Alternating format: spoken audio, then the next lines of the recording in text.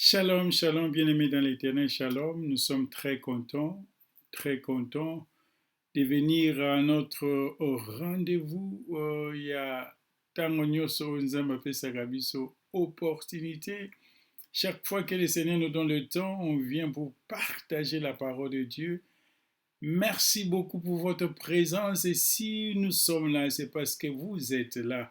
Soki biso tozali po bino pe bozali, toyebi ete ezali na bato nzambe azali kolobela mokolo na mokolo po ba recevoir liloba na ye, yango ezali kopesa biso makasi mpona kokabola liloba na nzambe mokolo na mokolo. Alors bien-aimé, lelo eza mokolo ya sika oyo tokokabola lisusu une parole oyo nzambe apesi biso. Tozali continuer toujours na sujet na biso ba oyo bazolanda. Nous parlons sur le Saint-Esprit et tobandaki les fruits du Saint-Esprit. Bongo lelo tozali continuer kokoba toujours na sujet na biso sur le fruit du Saint-Esprit. Alors bien-aimé lokola momesano biso nyonso tout topusana na présence ya Nzambe tobondela tosopa mitema na biso po toyoka maloba na ye. Loba na mokonzi alobela yo, loba na mokonzi adispose yo, motema na yo ezala malamu, motema ya oyo nzambe aponi monoko na ye ebimisa maloba oyo nzambe abongisi, yango ezali très important. Bien-aimé dans le Seigneur, alléluia.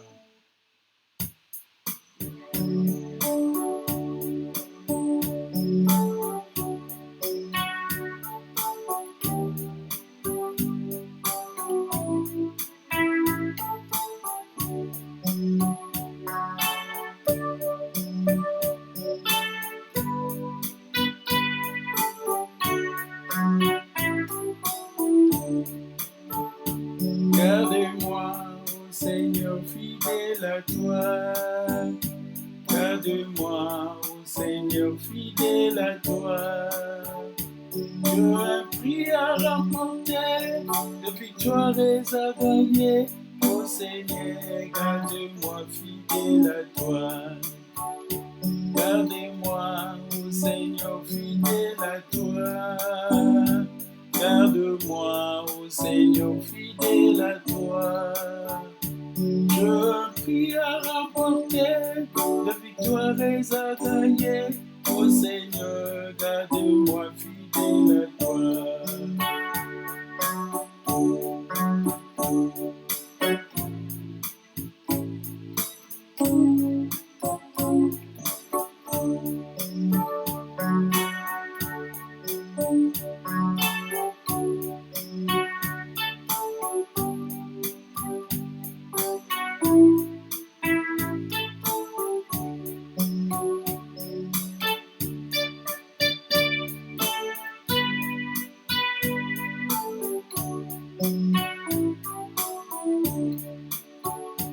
Ombanga Yesu na ngolo na yo, ombanga Yesu pembeni na yo, na bolembu na ngai, na bitumba na ngai, o Yesu na moni na ngase yo. Ombanga Yesu na ngolo na yo, ombanga Yesu pembeni na yo, na bolembu na ngai, na bitumba na ngai, o Yesu na poni pese yo.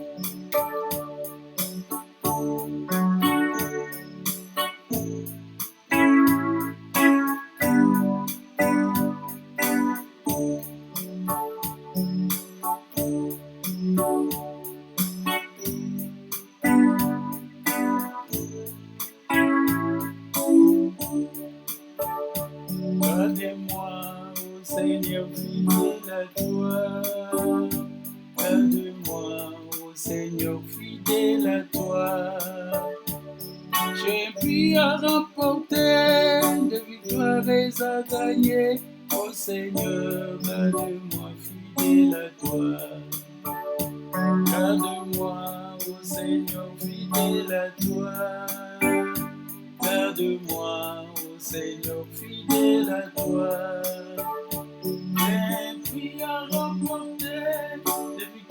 les a gagnés. Oh Seigneur, garde-moi fidèle à toi.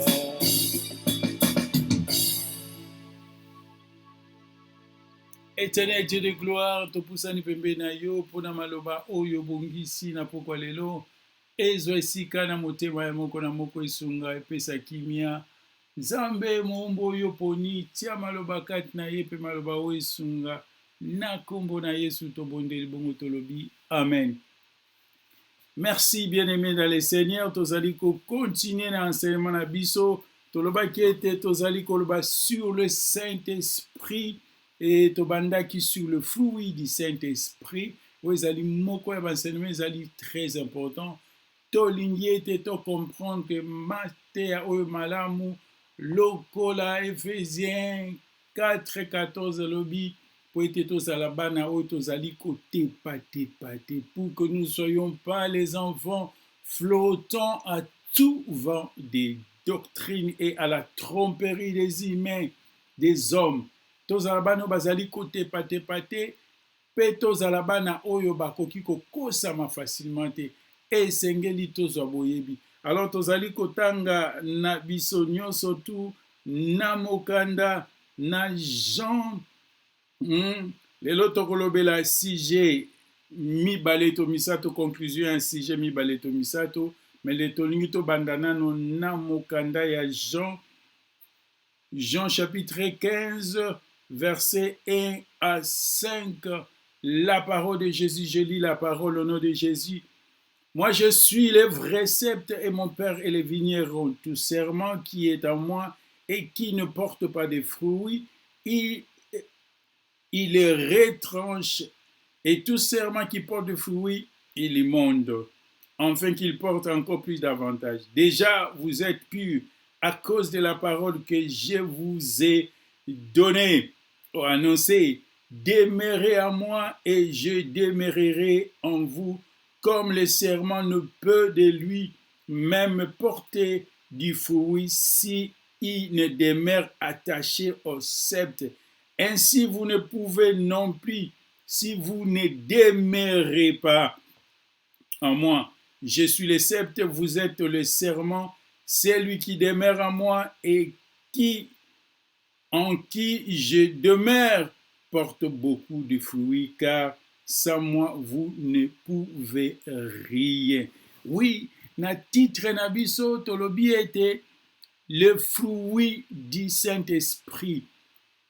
Mais tolingaki tolobela sous-thème na biso tokoloba c'est l'école du Saint-Esprit ou dans l'école du Saint-Esprit. Parce que na école ya Saint-Esprit enseignement ezali kopesama différemment. Yango tokoyekola lelo. Mais là, quand vous tangi awa, tolingi to répondre à la question comment être rempli du Saint-Esprit. Comment être rempli du Saint-Esprit? Ezali question oyo tolingi totanga po ete tolobela kibiso surtout que non mbuma ya molimo santu ezali komema biso pembe na Nzambe. Mbuma molimo santu ezali kozongisa valeur na biso lokola bana Nzambe. Mbuma na molimo santu yango ezali kosala ete tomonana na image ya Nzambe. Soko ezali eloko ezali kolakisa ke non tozali image moko, je m'excuse, na Nzambe ezali po na bambuma. Dieu est amour, nous avons aussi l'amour. Dieu est fidèle et nous devons encore être fidèles. Ezali biloko ezali kokokisa biso na Nzambe. Mais comment recevoir ces choses? Parce que l'homme l'avait perdu. Moto abungisaki biloko wana tango oyo makambo lekaki na Edene, moto azali susu na bambuma te. Ressemblance ezalaki kati na moto na Nzambe ebungi. E yango wana tolingi tomonisa na Biblia ndenge nini tokoki kobota lisusu mbuma, ndenge nini bizaleli oyo bonzambe oyo ezalaki kati na biso tobungisaki, comment nous pouvons encore le recevoir, ndenge nini tokoki kozwa lisusu bizaleli wana. Alors Jésus nous donne un exemple clair. Yesu azopesa biso exemple moko très clair. Biso nyonso toyebi nzete alobi papa na ngai azali mokolo bilanga, nga nazali nzete pe bino bozali ba etape. Nzete nyonso to ekangami, etape nyonso ekangami na nzete te, ekobota mbuma te. Alors oyo nyonso tu azali détaché na nzete tronc, oyo nyonso tu azali détaché na tronc ya nzete, étape wana ekoki kobota te. Voilà un exemple clair oyo toko comprendre que non soko otali nzete yango moko eza na tronc na yango, et puis baetape bimi etape nyonso ekangami na nzete ekobota mbuma. Kasi soko etape ezali détaché na nzete ekobota mbuma te, ekokauka ata kutu ekwei nanu te. Alléluia. okomona na bisika mosusu etape elongwe deja na tronc, mais ekangami na moninga bitape. Malgré ekangami na betape mosusu ekobota mbuma te, parce que esi c'est détaché na tronc, elongwe deja na nzete yango moko, etape wana esekatani. E yango komona, c'est juste une parenthèse, na kati église bato ebele bazobota mbuma te parce que bakangami na nzete te, bazali kodiembela kaka na baninga bitape. Alors moyen mbuma ebima na bomoi eza te. Yesu alobi ete etape nyonso ekangami na nzete te ekobota mbuma te. Deux verbes Yesu a conjugué: attaché, sois attaché et demeuré. Alléluia. Quand on parle d'attaché, kangama na Yesu, et puis verbe ya mibale demeurer. Kangama na Yesu ezali kozala attaché, c'est-à-dire collé na eloko ofandi wana okangami na yango, ozali ko bénéficier. Pona nini etape esengeli ekangama na nzete? Parce que nzete mutu ezwaka biloko eutaka na misisa epesi na tronc, c'est-à-dire na nini ya nzete. Alors tronc ezali kokabola na baetape, etape ezali attaché te, ekoki kozwa biloko oyo nzete azolia te, yango akoki kobota mbuma te. Soki ozali attaché na Yesu te, mwaye ozwa biloko ya molimo oyo Yesu azolesa bana na ye te, mwaye pe obota mbuma ezali te. Alléluia. Tango ozali attaché na nzete, nde okoprofite na biloko oyo misisa epesi na nzete, nzete akaboli na baetape po mbuma ebotama. Verbe ya mibale alobi demeurer. Alléluia. Demeurer. Wumela. Verbe demeurer ezali verbe misimo demeure, ndako, kofanda esika moko libela. Vie chrétienne ezali vie ya constance. Alléluia. Constance elingi koloba likambo moko oyo ezali kowumela. Eza vite oye s'attacher, se détacher, s'attacher, se détacher, okobota mbuma te. Il faut demeurer. Yesu alobi demeurer en moi. Bofanda na ngai, demeurer c'est rester. Toloba libela pona cadre ya vie na Yesu. Demeurer elingi koloba kofanda libela na Yesu. Zala assis na foi na yo. Kangama na Yesu pe wumela. Kokangama na Yesu te ale muke obungi na yo. Oyo kozongo kangami na Yesu. Tango obungi wana moyo bota mbume ya te. Tango ye obandi kozoba save, obandi kozoba mwa vita Christ. Alléluia. Mwa vita Christ obandi koya kala mingi te yo wana obendani lisusu. Alors moye ozoba vita Christ ya malamu ezali te. Deux conditions bien-aimés pour tobota mbuma ezali attaché et demeurer. Attaché et demeurer. Attaché, être attaché en Jésus. Le Seigneur nous donne un exemple simple de comprendre les choses. Il faut être attaché à Jésus. Tokangamana Yesu, demeurer en lui. L'attachement que le Seigneur nous demande pour produire les fruits doit être permanent. Et ça l'attachement moko permanent.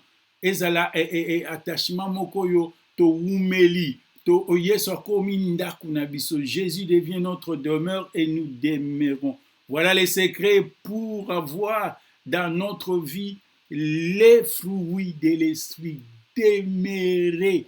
bato ebele bayebi kodemere te, bato ebele na vie na biso chrétienne constance ezali te. Constance ezali te, ere moko yo wana okomi moto, ere moko okomi malili obungi na yo ozomonana lisusu te, alors nsima wana obimi lisusu okomi moto, ere moko bungi. Inconstance wana ezali kosala ke mwa ye obota mbuma eza toza lokola etape ye ekangami na nzete muke muke ekatani nango ekeye alebake baluki yango babambi. Oh, vie chrétienne ezali vie ya constance, ezali vie oyo moto azali kopusa na Yesu azali kolongwa te, awumeli wana, parce que yango na deuxième ligne tokoloba sur l'école du Saint-Esprit, parce que l'école du Saint-Esprit makambo ezali différent.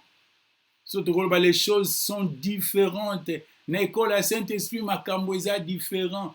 Ndenge oyo nzambe azosala ke bato bazwa mbuma ya molimo santu ezali ndenge moko te oyo ndenge biso tozokanisa. Ndenge nzambe azosala ke bato bazwa mbuma, parce que tolobaki yango ne bandeli mbuma molimo mosantu. Quand on parle des fruits du Saint-Esprit, batia yango na plurialité, batia yango na singulier, batia yango na boyike te, batia yango na bomoko. Alléluia. Na bomoko. Mais na kati na mbuma wana eza na bambuma ebele. Eza bambuma msusu, pesa exemple kwa mbuma litonge. Eza mbuma moko, fruit moko, mais na kati nango bambuma ebele. C'est pareil au fruit du Saint-Esprit.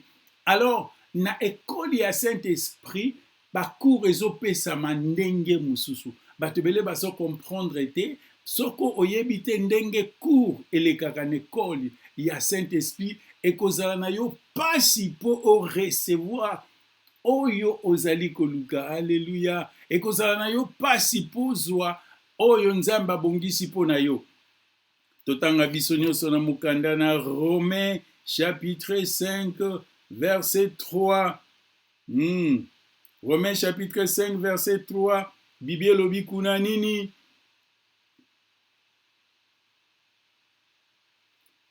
Romains chapitre 5 verset 3 à 5. Biblia lobi boui. Bien plus que nous nous glorifions même dans les épreuves ou afflictions, sachant que l'épreuve produit la persévérance la victoire dans l'épreuve, et de cette victoire l'espérance.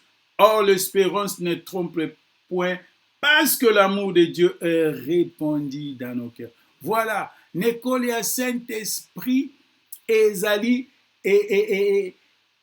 likambo yozoluka. Nzambe akosoumettre yo, molimo santu akosoumettre yo na kati na yango pozwa. Awa balobi nini? Tozali komikumisa nano na ba épreuve. La première des choses ezali, c'est glorifier dans les épreuves. C'est-à-dire,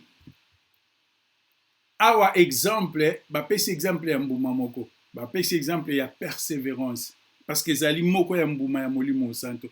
Pona ozwa persévérance, il faut à la moto azali ko persévérer.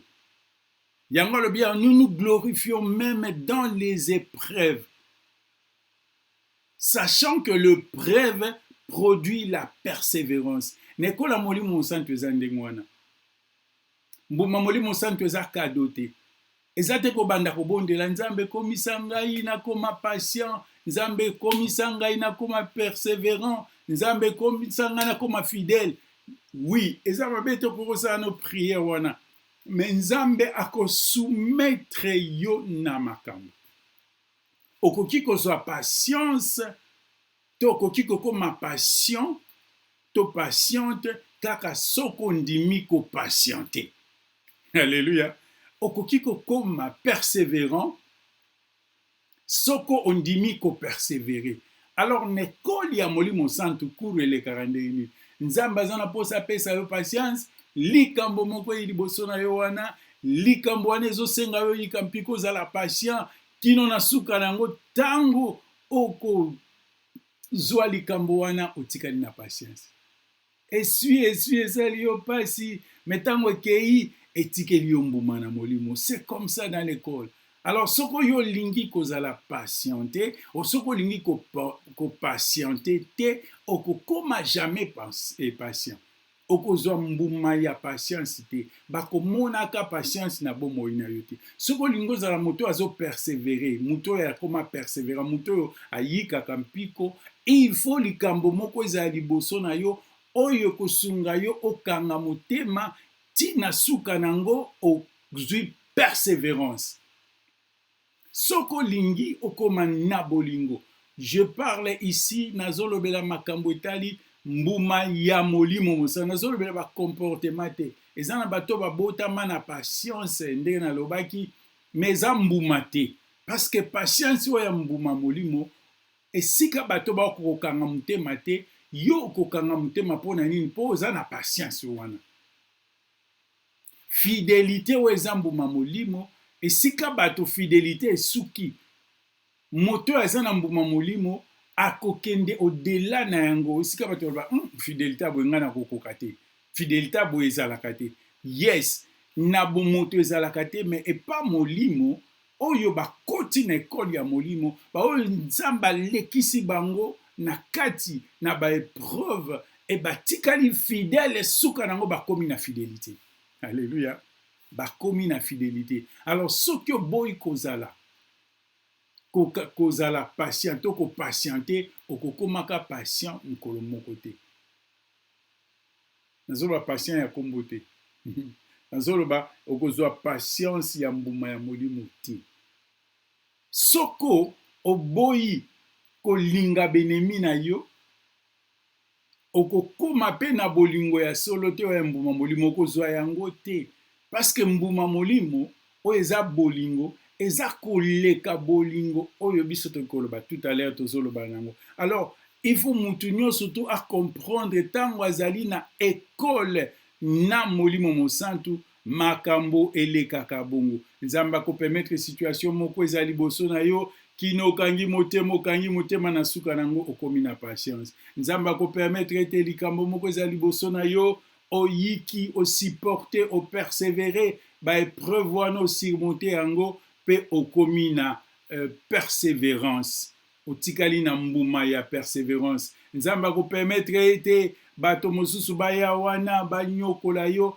osupporte baennemi na yo osupporte mbuma wana ekoli mpe omoni ete okomi na bolingo bible elobi aimez vos ennemis et bénissez ceux qui vous haïssent ezali mbuma ya molimo santo na bolingo ya moto boye moto akoki kolinga baennemi na ye te parce que moto oyo déjà balobi ennemi aza déjà moto oyo azoluka mabe na yo me na mbuma ya molimo santo nzambe azopesa yo makoki olinga baennemi na yo ozala na courage ya kolinga baennemi na yo alors na ekole ya molimo santo il faut comprendre ndenge cour opesama eza likambo ya prière te soki oboyi kosupporte okokoma patiente soki oboyi kopersévere okokoma na persévérance te soki oboyi kolinga baennemi na yo okozwa mbuma ya bolingo te c'est ce qui est très important et yango komona mingi tozozwa bambuma wana te parce que biso tokanisiki eza lokola badon spirituel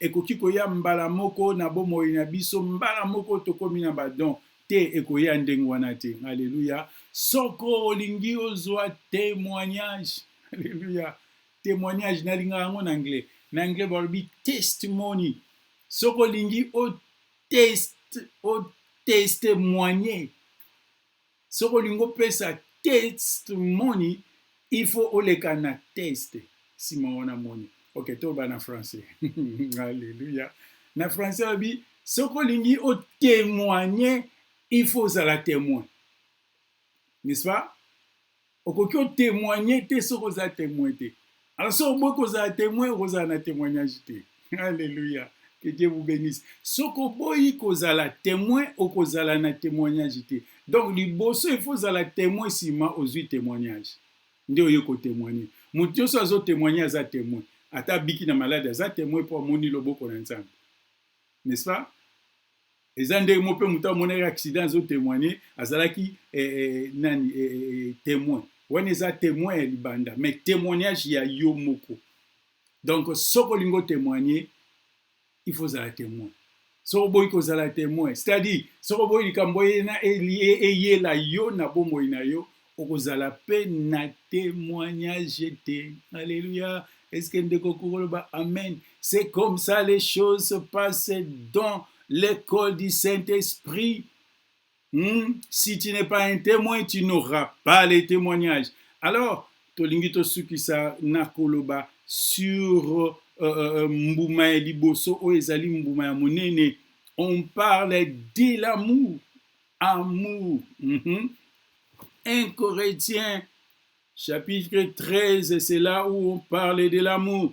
Donc, le balelo moins introduction et l'obi toko parler sur le fruit de l'amour. Oh. Amour est comme un fruit. Alléluia. 1 Corinthiens chapitre 13. Qu'est-ce que la Bible dit là-bas?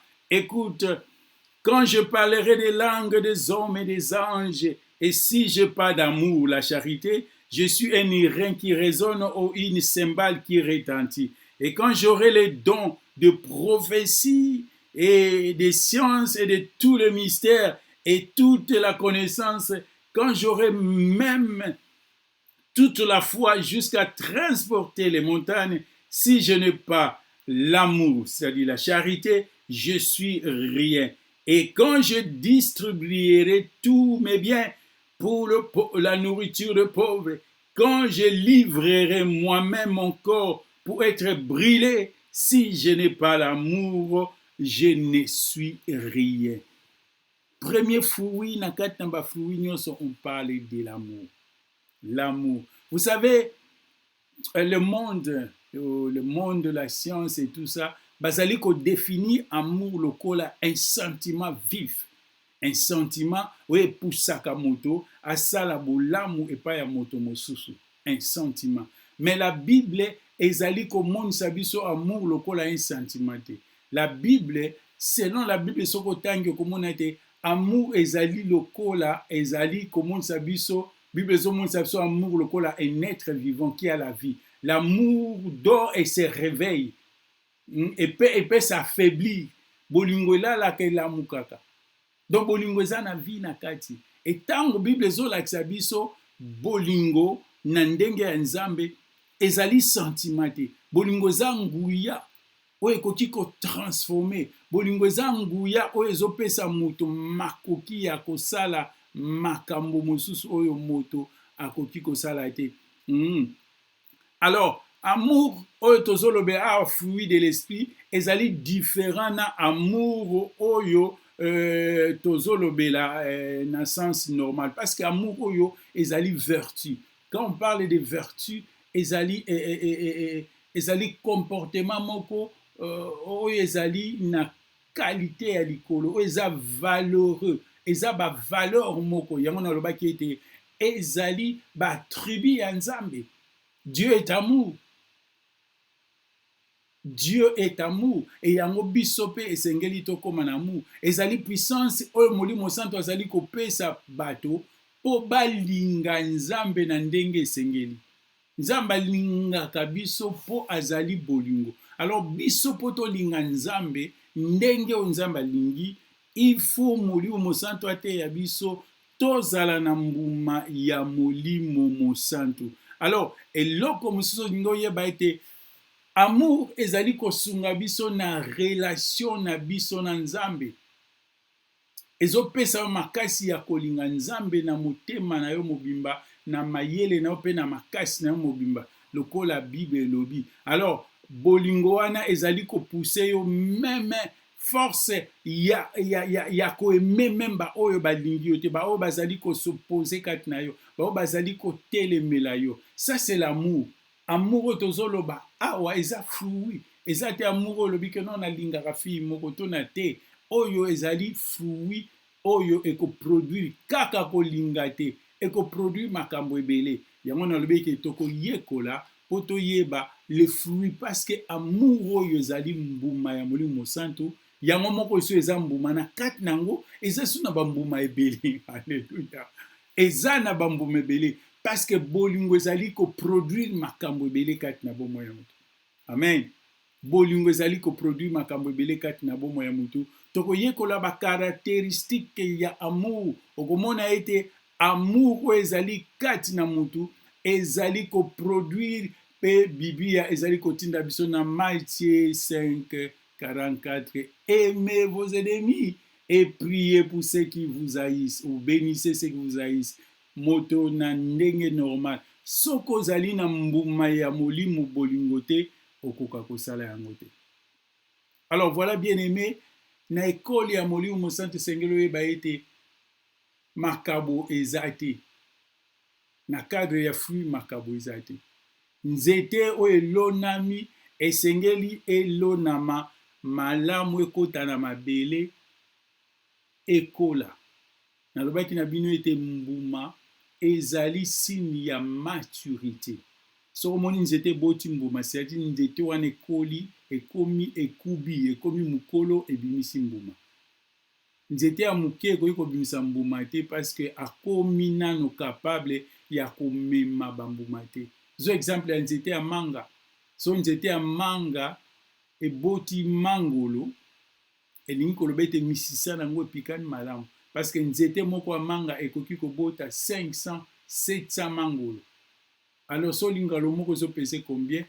Nzete ekoki kokweya soki mopepe ye. Alors bambuma bole mosantu ezali kosala ete bato bakoma mûr. Ezali kosala ete bato bakola. Lokola Hébreu 13-14 azoloba ete, Hébreu 5 je vous l'ai dit, 5-13-14 alobi ete nazwaki bino lokola bana kino lelo bozali lokola ka bana. Nzokande non na bandela bi bosengelaki bokoma ba maître mais bozaka bana. Napesaki bino bilei mais ti lelo yo napesaki bino miliki ti lelo yo bozaka na besoin miliki bokoli te. Po ete biloko oyo ekola oyo ekuba eza mpona bato oyo bakubi. Alléluia. Je vous ai donné du lait comme les enfants et jusqu'à aujourd'hui vous n'avez que besoin du lait. Parce que la nourriture solide c'est pour les gens affermis. C'est le kola bamboume bima okoma maître parce que vous devez normalement devenir des maîtres, c'est-à-dire bino pe bokoma kote ya sango malamu bato mosusu, bino pe bobanda ko encadrer bato mosusu.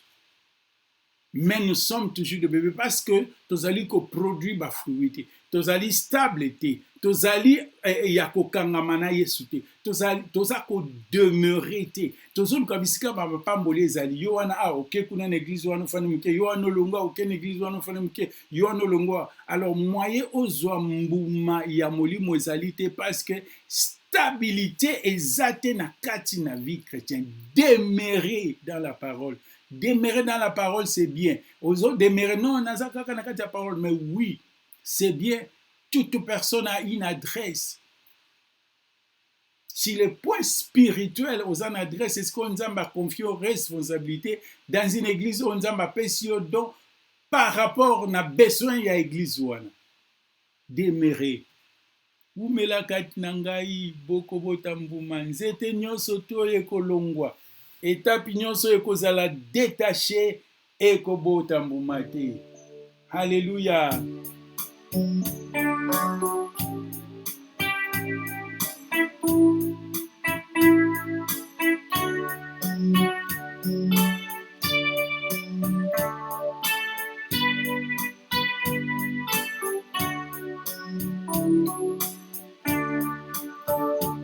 Gardez-moi, ô Seigneur, fidèle à toi.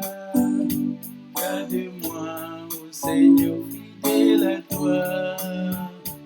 J'ai un prix à remporter, de victoires à gagner. Ô Seigneur, gardez-moi fidèle à toi. Garde-moi, ô Seigneur, fidèle à toi.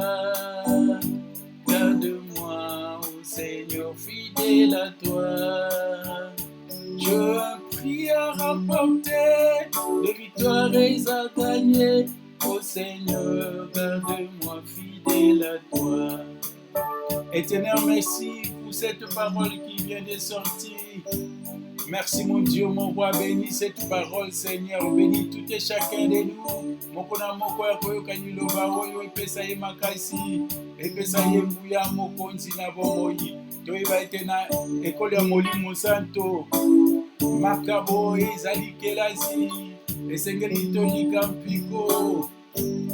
Merci mokonzi na bomoi. Bomba ngai mokonzi.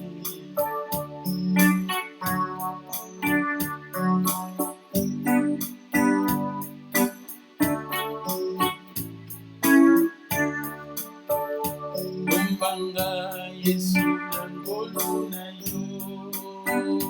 Bombanga Yesu na ngolu na yo. Na bitumba na ngai, na kokwea na ngai, o Yesu nga naponi kaka yo.